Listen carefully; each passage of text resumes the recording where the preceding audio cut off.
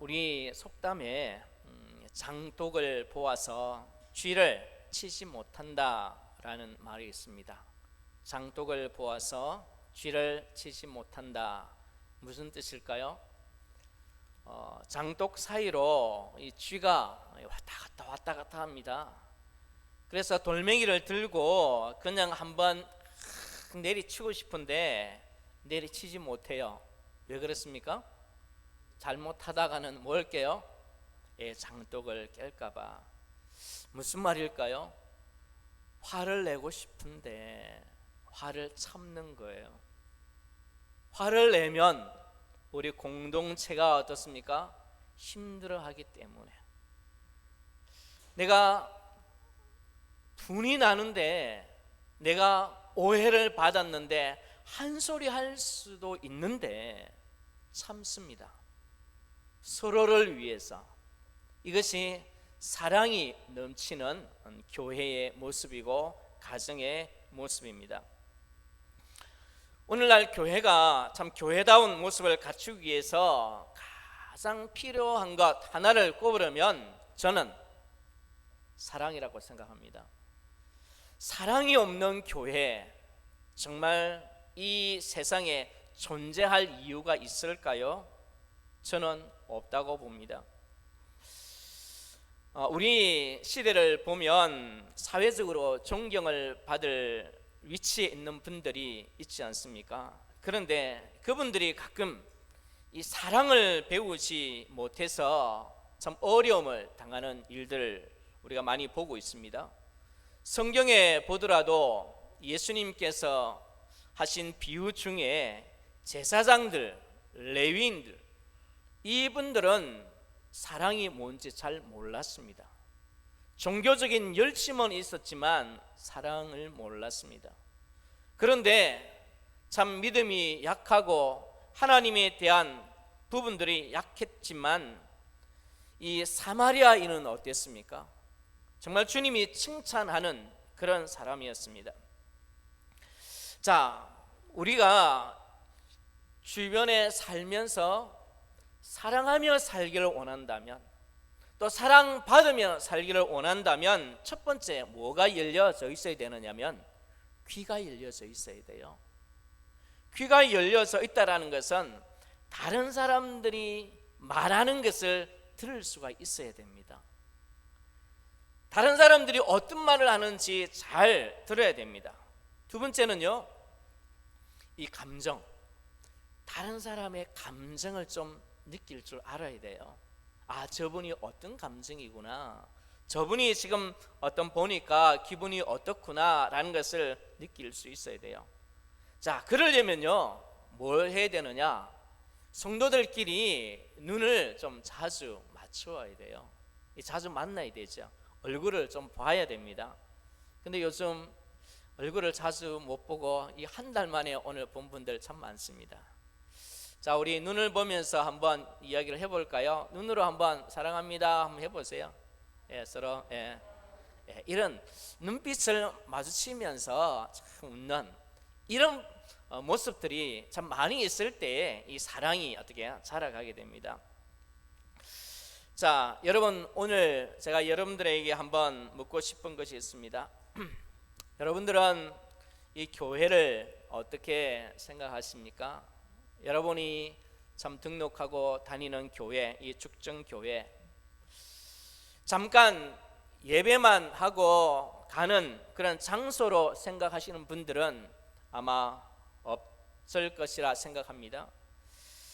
교회 생활을 한다는 것은 내가 축정교회 성도라고 생각한다면 이 축정교회 안에 여러분들이 어느 구석이든지 여러분의 손길이 닿아 있는, 여러분의 사랑이 배어 있는 그런 부분들이 한 곳 한 곳 있어야 됩니다. 내 눈이 사랑을 줄 수 있었던 것, 내 눈빛이 머물 수 있었던 것, 내 마음이 참 가 있었던 이런 구석구석이 축정교회가 되어야 됩니다. 그래야 내가 축정교회를 사랑하는 자구나 라고 할 수가 있습니다. 그냥 주일날 예배만 딱 하고 가면 그 사람 축정교회를 사랑한다라고 말하기가 좀 어렵지 않을까요? 여러분, 오늘 사도 이 요한이 우리에게 들려주시는 말씀의 핵심은 무엇이냐면, 우리 안에 하나님을 믿는 사람 마음속에 사랑이 없다면 그 사람은 하나님을 믿는 사람이 아니다라고 단정하고 있습니다. 여러분, 사도 요한이 왜 이렇게 딱 선을 긋고 있을까요? 여러분, 오늘 말씀을 한번 보시기를 바랍니다. 7절에 보니까 사랑하는 자들아 우리가 서로 사랑하자. 사랑은 누구에게요? 하나님께 속한 것이니, 그 다음에 잘 보시기를 바랍니다. 사랑하는 자마다 하나님으로부터 나서 사랑을 해야 내가 거듭났다라고 말해주고 있습니다. 거듭났다라는 이 증거가 무엇일까요? 저는 여러분들이 거듭났는지 안 났는지 알 수가 없어요. 이 부분은 영적인 부분이기 때문에 그렇습니다. 그런데 제가 할 수 있는 부분이 있어요. 무엇일까요? 여러분들의 마음에 하나님의 사랑이 심겨져서 그 사랑이 여러분의 삶을 통해서, 은혜를 통해서 드러나는 것을 보면 저는 어떻게 생각할까요? 아, 저분 거듭났구나, 저분 안에 하나님의 사랑이 있구나 라고 생각하게 됩니다. 자, 8절 다시 보면요, 사랑하지 아니하는 자는 하나님을 알지 못하나니, 분명히 말해주고 있습니다. 사랑하지 아니하는 자는 하나님을 안다 모른다? 모른다라는 것이요. 하나님을 아무리 믿는다 고백해도 사랑 안 하면 하나님을 모른다라고 단정하고 있습니다. 여러분 마음속에 이런 하나님의 사랑이 참 넘치기를 바랍니다. 자, 내가 하나님의 자녀인지 아닌지 확정할 수 있는 것, 여러분 내가 구원의 확신이 있는지 없는지 여러분 궁금할 때가 있지 않습니까? 어떤 사람들은 정말 내가 교회를 다니지만은 정말 천국 갈 수 있는지 없는지 불안해하는 사람들도 있어요. 여러분, 이 부분은 분명히 여러분들이 확인을 해야 됩니다. 너무나 소중한 부분이에요. 내가 하나님의 자녀인지 아닌지 분명히 내가 구분할 수 있는 하나의 표대가 있는데 뭘까요? 내 안에 뭐가 있느냐? 사랑이 있느냐? 나의 삶 속에 사랑이 있느냐라는 것입니다. 예를 들어서 싫어하는 사람을 향해서 마음속에 어떤 사랑의 마음이 일어나는지 여러분 물어보시면 됩니다. 내가 참 나를 힘들게 하는 사람, 나를 오해하는 사람들을 생각할 때 내 마음속에 어떤 마음이 일어나고 있는지 여러분 자신에게 물어보시면 됩니다. 여러분이 정말 하나님께로 났다면 미약하지만 조금이라도 내 마음에 무엇이 느껴진다고요? 사랑이 느껴집니다. 이러면 안 되는데, 그 사람을 내가 받아줘야 되는데, 그 사람에게 미안하다고 해야 되는데, 그 사람에게 내가 먼저 다가가야 되는데, 이런 마음이 내 마음속에 조금씩 움직인다면 그 사람은 하나님께로부터 어떻게 해요? 난 자다라는 겁니다. 그런데 이런 마음이 전혀 들지 않는다, 그러면 사도 요한은 우리에게 하나님을 모른다라고 말해주고 있습니다. 여러분, 우리가 하나님의 자녀인 증거가 무엇입니까? 딱 말해서 무엇일까요? 사랑이 있느냐 없느냐입니다. 그리고 우리가 하나님을 알고 있다라고 말만 하지 말고 정말 내 영이, 내 존재가 하나님을 알고 있느냐라고 물었을 때에 그 표시가 무엇이냐? 내 속에 뭐가 있냐 없냐? 사랑이 있느냐 없느냐, 이걸 확인해 보시기를 바랍니다.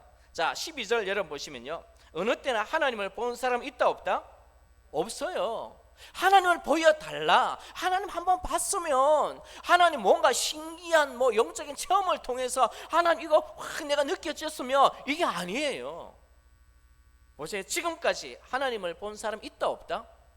없어요. 하나님은 육신의 눈으로 볼 수 있는 존재가 아닙니다. 그런데 보세요. 내가 내 안에 하나님이 있는 것을 알 수 있는 방법이 있어요. 무엇입니까? 내 안에 뭐가 있느냐? 사랑이 있느냐 없느냐, 그거 보시면 돼요. 여러분, 이 요한이 어떤 자였습니까? 요한이 불같은 어떤 그런 자였습니다. 별명이 우리의 아들이었습니다. 예수님이 사마리아 마을을 지나가는데 사마리아 사람들이 반대를 못 지나가겠어요. 그러니까 이 요한이 어떻게 말을 했습니까? 예수님, 하늘에서 불을 내려서 이 말 다 태워버리시죠. 그렇게 말한 사람이에요. 그런데 요한이 사랑의 사도라는 별명을 가지고 바뀌었습니다. 그 마음에 무엇이? 하나님의 사랑이 심어지고 하나님의 사랑이 싹트고 하나님의 사랑이 자라니까 이런 사람으로 바뀌었다라는 것입니다. 그러면 이 요한이 하나님을 사랑이라고 정의한 이유가 뭘까요?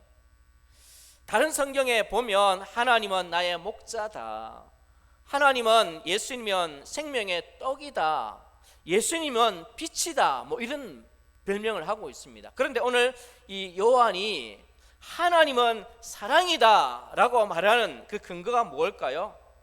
그 근거는 오늘 우리에게 어떻게 들려주고 있느냐면, 이런 9절 10절에 보면 하나님께서 우리를 용서하신 분이기 때문에 그렇습니다. 하나님께서 우리의 죄를 용서하신 분이기 때문에 그렇습니다. 우리를 받아주신 분이기 때문에 그렇습니다. 우리가 어떠한 위치에 있을 때에, 로마서 5장 6절에 보니까 우리가 아직 연약할 때에, 우리가 너무 약할 때에 하나님은 우리와 약속하셨고 예수 그리스도를 우리에게 보내주셨다라는 겁니다. 그리고 로마서 5장 8절에 우리가 아직 죄인 되었을 때에, 우리가 이 죄의 문제를 해결하지 않고 죄 가운데 더러운 가운데 있을 때에 하나님께서 예수님을 보내어서 어디에? 십자가에 달리게 하셨다는 것입니다.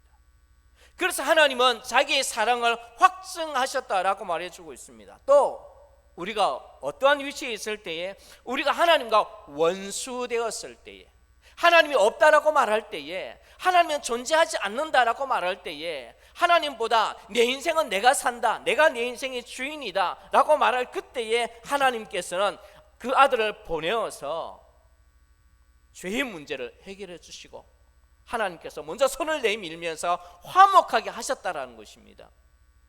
이런 하나님을 볼 때에 하나님은 어떤 분이다? 사랑의 하나님이죠. 감히 하나님의 사랑을 받을 수 없는 존재였는데, 감히 하나님과 화목할 수 없는 존재였는데, 우리는 하나님 앞에서 진노의 존재였습니다. 심판의 존재였습니다. 그런데 하나님께서는 그거 다 내려놓고 우리를 찾아오셔서 자녀 삼으시고 화목하게 하셨다는 것입니다. 그걸 깨달으니까 요한은 하나님은 어떤 분이시다? 하나님은 사랑이시다 라고 말해주고 있습니다. 여러분, 그래서 오늘 10절에 보니까 하나님이 우리를 사랑하사 우리 죄를 속하기 위하여 무엇이 되셨다? 화목 제물이 되셨다라고 말해주고 있습니다. 여러분, 이 요한이 말하는 이 사랑은 있잖아요, 지식적인 사랑이 아닙니다.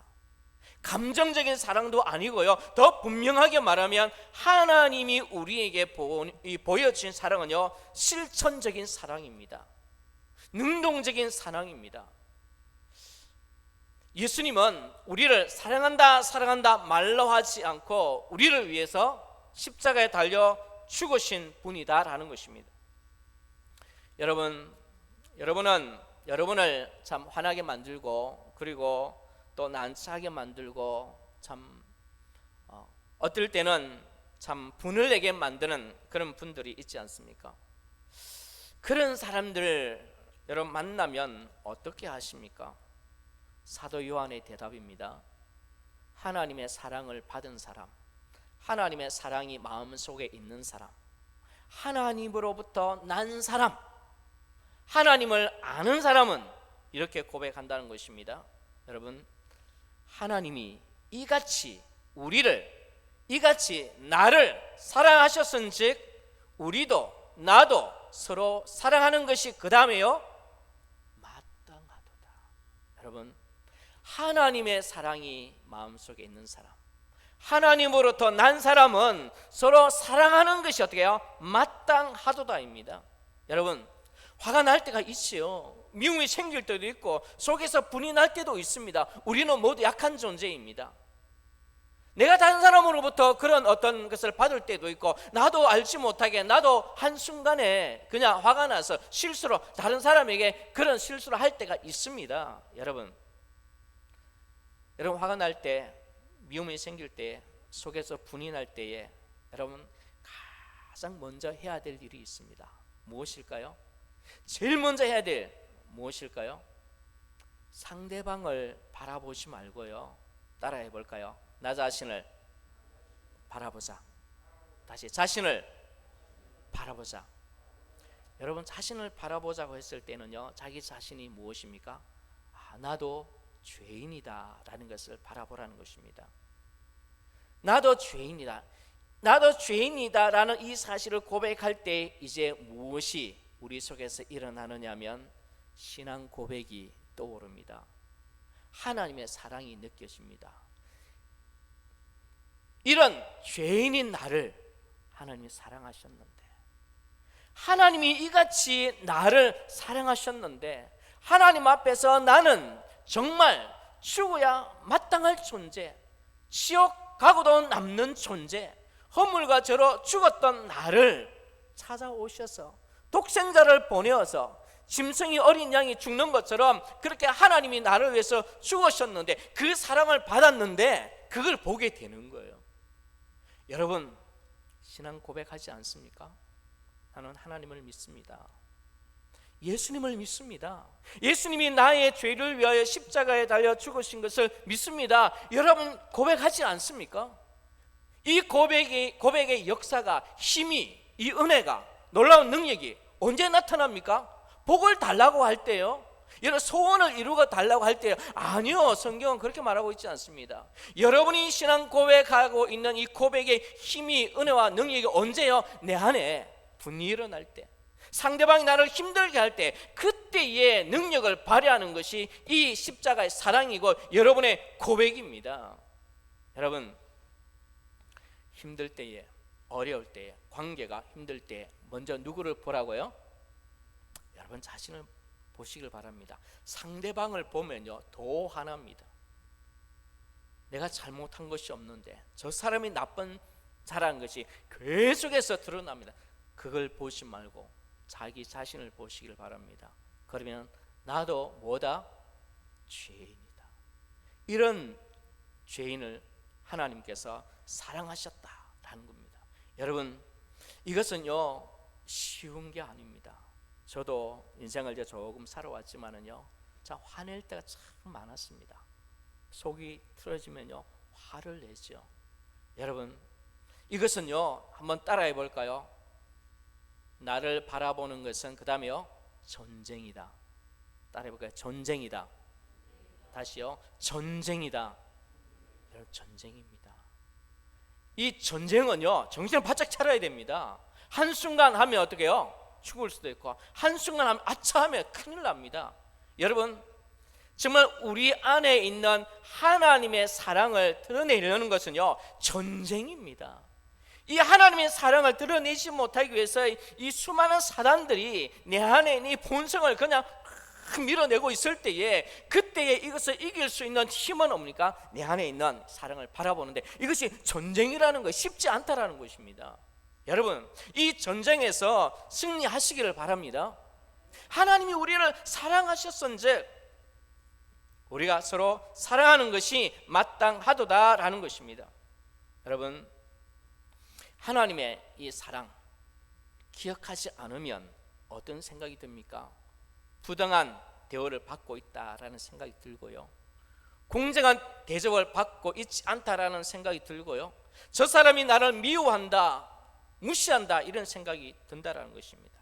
여러분, 그러나 그때에 누구를 보라고요? 여러분 자신을 보시기를 바랍니다. 여러분이 하나님께로서 났다면, 여러분이 거듭났다면, 여러분이 구원받았다면 여러분 안에 누가 계신다고요? 하나님이 계시고 그 하나님은 어떤 분이십니까? 사랑이십니다. 용서하시는 속죄 제물로 오신 사랑이 여러분 안에 있을 것입니다. 그 사랑을 보면 그 사랑이 싹을 틔우기 시작할 겁니다. 그 사랑이 자라게 될 것입니다. 여러분, 이것이 성도입니다. 이것이 여러분 안에 하나님이 계신 증거입니다. 이것이 내가 살아있는 믿음을 가진 증거입니다. 여러분, 내가 하나님을 사랑한다라고 고백만 하고 말만 하고 삶의 현장에서 자기 자신을 돌아보면 내 안에 있는 사랑을 싹 틔우지 않는 사람, 오늘 사도 요한은 뭐라고 말합니까? 그 사람은 하나님께 난 자가 아니다 라고 말해주고 있습니다. 여러분요, 저는 가끔 이제 성도들이 참 이런 말들을 하는 것을 가끔 듣습니다. 어떤 말들입니까? 참 불평하고 또 원망하고 또 다른 성도들에 대해서 이런저런 좋지 않는 말을 하는 그런 경우를 가끔 보게 됩니다. 그러면 저는 이런 생각이 들어요. 저는 그 사람이 믿음이 좋은지 안 좋은지는 알 수가 없어요. 그러나 그 사람의 말이나 행동을 보면서 이런 생각을 합니다. 아, 저분의 말이 나는 내 안에는 하나님의 사랑이 없다라고 그렇게 들립니다. 저 안에는. 그래서 그분의 말이 어떻게 해요? 나는 하나님을 믿지 않습니다 라고 말하는 것처럼 들리는 거죠. 내 안에는 하나님의 사랑이 없습니다 라고 말하는 것처럼 저는 그렇게 들립니다. 여러분, 정말 내가 하나님을 믿는다면 이런 말은 어떻습니까? 하지 않습니다. 이런 말을 참습니다. 이런 실수를 범했다면 빨리 와서 서로에게 어떻게 해요? 화해하려는 마음이 생깁니다. 이것이 하나님을 사랑하는 자들의 마음이다라는 것입니다. 여러분이 하나님을 알고 있다, 여러분이 하나님을 믿는다, 나는 하나님께로서 났다, 나는 구원받았다, 하나님의 자녀다 하는 그 증거 무엇입니까? 내 안에 무엇이 있느냐 없느냐? 사랑입니다. 여러분, 사랑이 없으니, 여러분, 이런 사랑이 없으면 교회가 이 땅에 존재할 이유가 있을까요 없을까요? 여러분, 없습니다. 왜 예수님께서 너희는 세상의 빛이다, 산 위에 있는 동네다라고 말했을까요? 교회를 있잖아요. 이런 사람들이 사는 이 동네 중심에 세우지 않고 예를 들어서 절처럼 저 산속에 짓지요. 그런데 교회는 그런 곳에 결코 짓지 않습니다. 사람들이 사는 한중간에 하나님이 어떤 분인지, 사랑이 뭔지 보여주기 위해서 그렇습니다. 그 핵심이 무엇입니까? 사랑입니다. 여러분, 그런데 이 사랑을 참 드러내지 못하고 교회가 참 부끄러운 일을 많이 당하죠. 교회가 싸웁니다. 참 몇 년 전에 있었던 교회의 모습인데요, 한 건물에 2층에서 어떤 목사님께서 예배를 인도하고 1층에는 또 다른 분들이 인도하고, 이것이 말이 될까요? 말이 될까요? 교회가 분열되고 성도들이 상처받았다고 해서 떠나가고, 여러분, 이거는 결코 올바른 교회, 건강한 교회의 모습이 아닙니다. 여러분 안에 하나님의 사랑이 넘치시기를 바랍니다. 내가 하나님의 자녀인 증거가 무엇이냐? 내 안에 사랑이 어떻게 해요? 있느냐 없느냐입니다. 내가 하나님을 알고 있다는 그 증거가 무엇이냐? 내 안에 하나님의 사랑이 있느냐 없느냐라는 것입니다.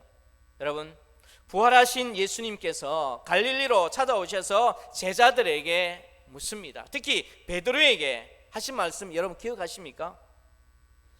예수님께서 베드로에게 찾아오셔서 하신 말씀이 네가 나를 믿느냐?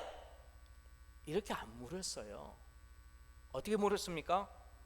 네가 나를 어떻게 해요? 사랑하느냐라고 물었습니다. 사랑하느냐? 여러분, 이 사랑이 여러분들과 제 마음속에 있었으면 좋겠습니다. 여러분, 저와 여러분은 모두 약한 자들입니다. 실수할 수 있는 자들입니다. 여러분, 사소한 실수 때문에 마음을 닫지 않으시기를 바랍니다. 사소한 실수 때문에 서로 등을 돌리지 마시기를 바랍니다. 여러분, 자존심 상했다고 해서 성도를 향하여 등을 돌리지 마시기를 바랍니다. 여러분, 그때 여러분의 자신을 보시고 여러분 안에 있는 하나님의 사랑을 보시고 여러분의 사랑을 싹 틔워 나가시는 여러분들 되시기를 바랍니다. 여러분, 하나님의 사랑은요, 말로만 하는 사랑 아니라고 했습니다.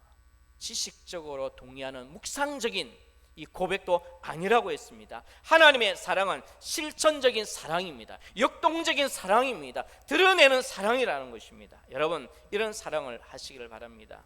여러분, 제가 이제 마지막으로 한번 이 말씀을 우리 알려드리겠습니다. 정말 이 원형 경기장에서 있었던 한 사형수의 어떤 고백입니다. 로마의 원형 경기장, 여러분 아시지 않습니까? 거기서 어느 순교자가 했던 고백입니다. 나를 저주하십시오.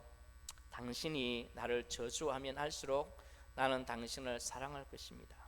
내게 침을 뱉어 보십시오. 그러면 나는 사랑의 숨결을 뿜어낼 것입니다. 나를 구타하십시오. 나는 신음소리로 사랑을 고백할 것입니다. 나를 찌르십시오. 나는 당신을 사랑한다고 절규할 것입니다. 나를 짐승의 먹이로 던지십시오. 나는 사랑의 제물이 될 것입니다.